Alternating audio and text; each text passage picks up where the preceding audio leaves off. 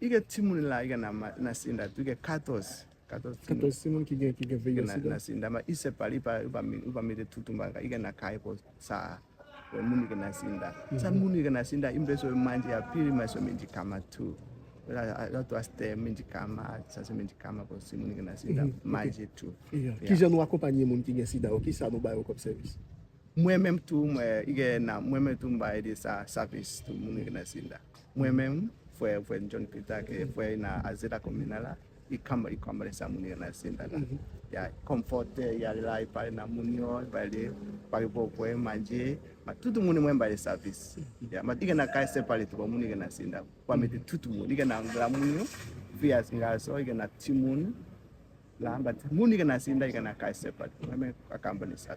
Est-ce que vous avez une assistance médicale des médecins qui visitent régulièrement médecins pour veiller à sida non pas que muni visiter là pour muni na sinda comment nous prenons soin igena ida magwena clinic na clinic yale hasta manjika hapo sinda tune yangu. OK, il y a la clinique dehors et puis il tourne là encore. Oui, il y a une clinique dehors ma tune yangu.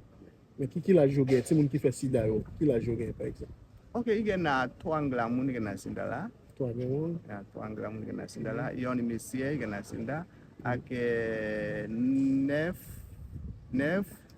timuni igena sinda la igena 14, 10 années que nous sommes là.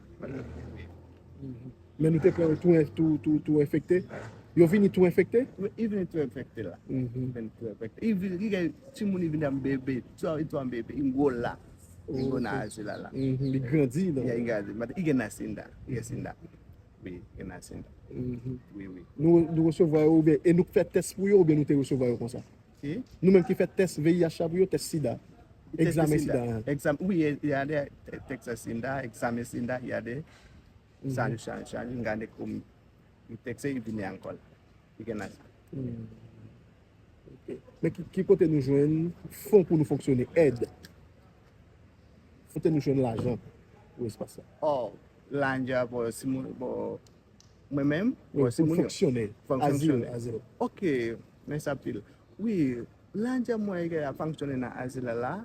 Moi igena muni ogena generosity como ngorena generosity muni ya igena just muni ngande upale sa bel job by the moi ivila na igena muni vini sama visiter by moi yon sa kontiri something by the moi na pap ta moi pa gelanja moi na mulai free gratis una gratis moi pa toucher ma bakone moi magale pa na creo ma pale na free service free service ake igena free service umbai moon free bondi mbai moon free moi pa toucher anga moi pa voluntary ali ige moon igena sa ingande